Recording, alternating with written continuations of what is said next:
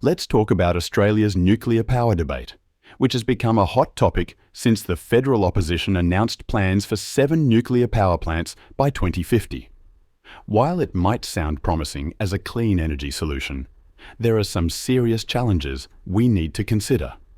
First up is the enormous cost. We're looking at around $8.5 billion for just one reactor, and that's being optimistic.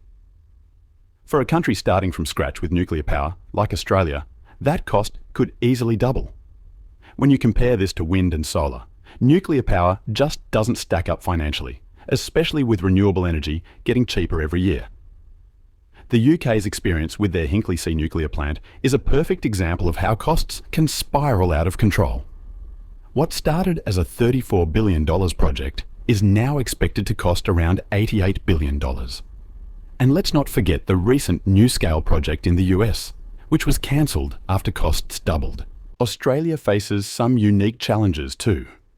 We'd need to build an entire nuclear industry from the ground up, including training a workforce and bringing in overseas experts.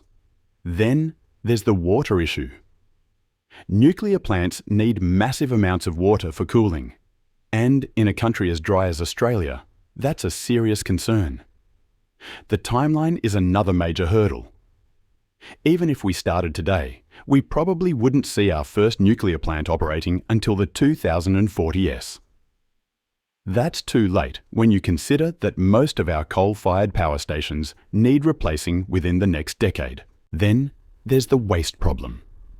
Nuclear power creates radioactive waste that needs to be stored safely for thousands of years.